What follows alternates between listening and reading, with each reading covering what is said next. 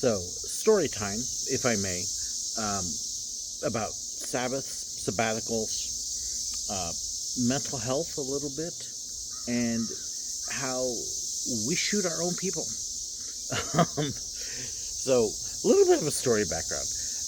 One of the things that I learned a few years into pastoring was the deep importance of a sabbatical. A daily Sabbath or a weekly Sabbath is hugely important. There's a reason God says to honor the Sabbath. He knows that we need that day of rest, of recuperation, and working 7 days a week will eventually grind you down. When you're in ministry, not only do you have your normal burdens, but you're also carrying everybody else's in your church and those around you. And so I learned very quickly that once or twice a year, I needed to take a few days where I could tune everything else out, turn off the cell phones, turn off the computers, and just sleep, rest, pray, relax, and just recover. So here in America, we usually call it a vacation. At least that's what it should be. But a lot of times our vacations are not restful. And especially mine, I'm blessed to travel a lot. Because of the YouTube and ministry and other stuff, I travel a pretty good amount. But as anybody who travels for work will tell you, work travel is not restful. It's not relaxing. It can be fun, but it's a lot of work and it's exhausting. Now, some of my work, because of the YouTube stuff, I do travel to theme parks. I go to Disney, and it's things that people look at and go, oh, he's on vacation. He's having fun. He's just having a good time. And they don't realize that these trips on the surface look like just nothing, but they're work. They're exhausting work. Because while other people are just kind of relaxing, I'm planning this shot. Have I taken that shot? Do I need to record now? What am I going to record later? How are we going to schedule this? When are we going to get there? And literally by the end of each day, I am just drained. And especially if we're traveling at the same time, then I'm having to deal with driving or flying and all the other stuff that goes along with that. So they're physically and mentally, they're not relaxing or rest or recovery. They're work the whole time. And then when I'm at home, because I do videos and pastoral work and sermon prep, I have an office here. This is work a lot of times. So yes, I enjoy my staycations. But I was telling somebody the other day, if I have a staycation, that's like sleeping in your office for a week. If I'm home, I'm working. So if I'm going to have time to rest, I have to do something else. I can't do anything for my channels because it's job. I can't stay home because I'm working. And I have to have that mental break because otherwise I will literally start to crack up. And so I always did this once or twice a year when I was pastoring. There's a couple wonderful places out there that if you're a minister, you can go and you can stay at for low to no cost because it's a ministry to the ministers so they can recover. I have not done that since we moved here. So it has been over 2 years since I have taken a trip like that and begin to realize that, I'm feeling it mentally. One of the other things I struggle with is I have this thing called restless leg syndrome. And it basically means at night that my legs ache and convulse and kick. And it can make it very difficult to sleep a lot of times. So especially if I am already running low on sleep, then it gets worse. Or if I'm stressed or whatever, it makes it even harder to sleep. So gradually I get behind on my sleep and I start wearing out. So I was realizing a few weeks ago that it's like, okay, I need to take another sabbatical. My mental, my emotional, my spiritual health are all, my physical health, I have to take a sabbatical. I've got to go rest. I can't keep working because I'm working 35, 40 hours a week, one job, plus video production, plus, we're on the road most Sundays preaching in different churches. So I'm putting in close to 70 hours a week. Trying even to find a weekly Sabbath has been very, very hard for me. And I'm feeling the strain and the stress. And so try contacting a couple of our usual spots. We're down vehicles, so I have to go close to home for it. Can't travel too far because we don't have an extra vehicle. So I'm trying to figure out, all right, what can I do? What can I do to make this work so that I can take care of myself physically, mentally, emotionally, the care that we need. One of the things that we have not done well here in this country in the past is paid attention to emotional and mental health.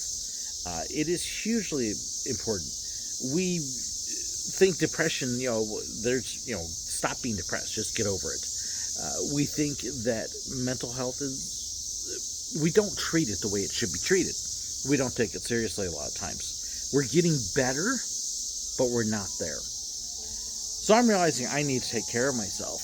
And one of the things I learned a long time ago is basically the scriptural principle.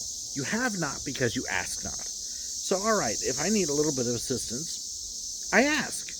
And so, in trying to find a place within reasonable driving distance where I could be dropped off and then picked up again later, that would have a kitchen so I can cook, so I'm not having to order food out, and that I can just kind of shut off the world for a few days. What works? What's out there? So I made a post on Facebook. Hey, here's what I need. Here's what I'm looking for. Is anybody aware of something that maybe I'm missing so that we can try and find something in budget? Especially with all the car issues and everything, our budget is... And it's kind of like, all right, do I save this money and keep pushing myself? And pushing myself potentially to a really bad mental state? Or do I go ahead and do we squeeze some money out so I can go take care of myself? So, put it out there. Had some good responses. Actually had somebody point me towards something that is going to work beautifully, which I'm very appreciative of. But there was something that happened with it that really bothered me. I've been kind of sitting on for a few days. And basically it was one person that came on, and for lack of a better way to put it, really apparently doesn't understand what I do. Okay, that's fine. Doesn't understand the mental stress. But then apparently was also rather jealous. Because the comments were things along the lines of, well, it must be nice to be able to travel so much. Gee, I wish that we could go to this place or that place like you do. Why aren't you just satisfied? You should stay home. Okay, I understand you don't understand what I do. I'm aware of what they do. I never would tell them to stay home. Never would, But it was very critical and very pointed, you should be happy you get to do all of this stuff. I am. I'm blessed. I am absolutely blessed. But I'm also aware of the mental strain and stress that a lot of people don't know.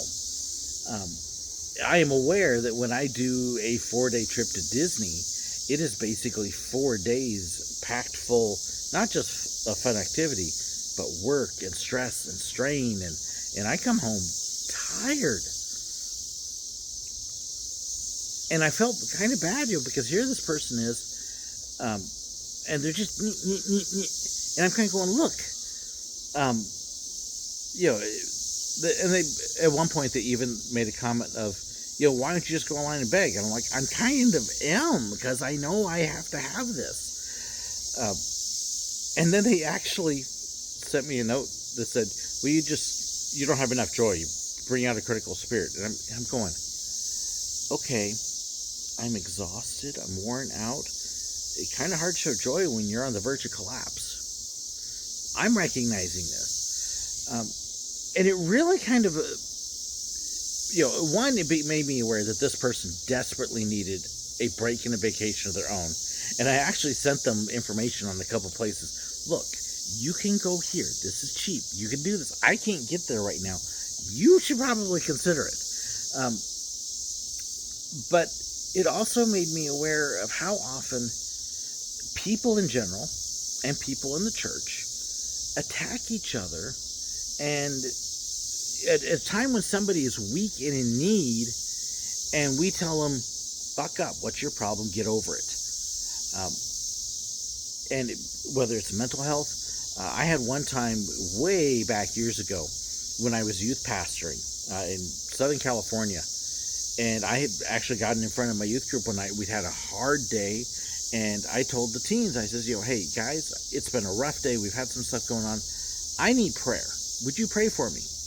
Well, the pastor's daughter was one of the teens in the group, and she went to her dad and told him, hey, George needed prayer tonight.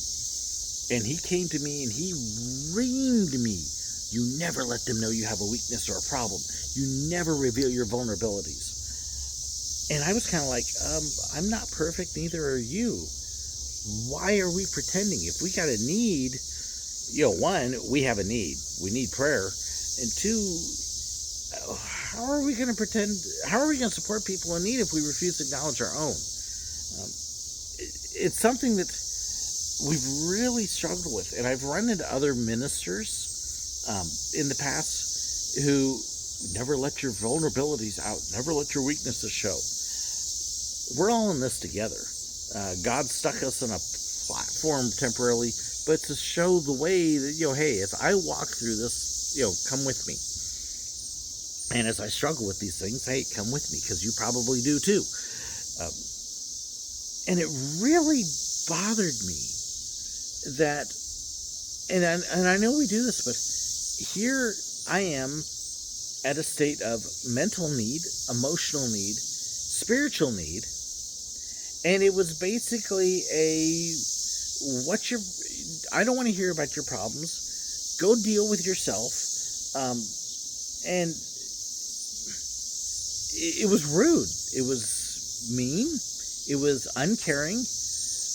And I'm just kind of sitting there thinking, if I had been on the verge of a nervous breakdown or suicidal or something like that, it basically was too bad. Go away.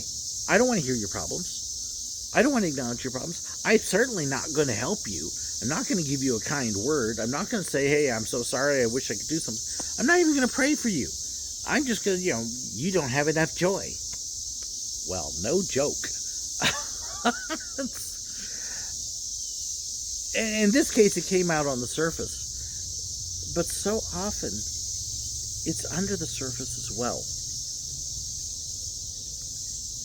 And I wonder, in my case, how many times have I done that to somebody? Where there was somebody in need and I either wasn't capable or was in my own little world and not helping them when they needed it, and I could have. I wonder how many times we all do that. It's just all of this to basically say a couple things. One, take care of yourself, mentally, spiritually, emotionally. Take the Sabbath. Find yourself a Sabbath day. Take time when you need it. Find a way to go rest and relax and take care of yourself mentally and emotionally. Don't be critical if somebody else does. You don't walk in their shoes. You don't know the stress and strain they're under. What may look to you on the outside like this amazing, glamorous, lucky, blessed, relaxed life, very likely is anything but, and they're dealing with stuff that you don't know. And so, sit there and, you're blessed with all this other stuff. Why do you need anything more? Stay home, get over it. Well, I'd like to keep living. But how often do we do that? We write somebody off because of petty jealousy, really. Remember kindness. Remember compassion. When you see somebody in need, sometimes just a kind, soft word will mean the world, will encourage them, will help them keep going. And sometimes the opposite can mean the opposite. Let's not shoot our own wounded. Something I heard years ago was that the church is famous for shooting their own wounded. When somebody's hurting, how dare you be human and hurt? Get out. Boom. Let's remember that mental health, emotional health is important. It's real. It's needed. And a kind word goes a long way. Let's encourage and support each other. Even if you're not able to help somebody, just merely saying, hey, I'm sorry, I'll pray for you, can mean a lot. Gotta love all the cicadas out here. So that's my story. Kind of a long ramble rant. But I encourage you, if you are struggling mentally, reach out.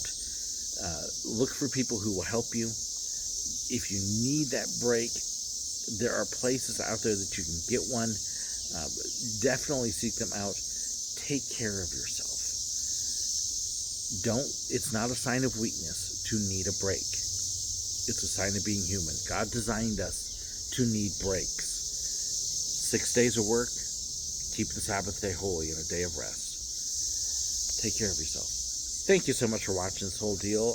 I'd love to hear your feedback and your comments. I know it's kind of a long ramble, but I hope that there's bits and pieces and nuggets in there that mean something to you, that will help you, that will encourage you, and that may help you help encourage somebody else. Thank you so much for watching. God bless.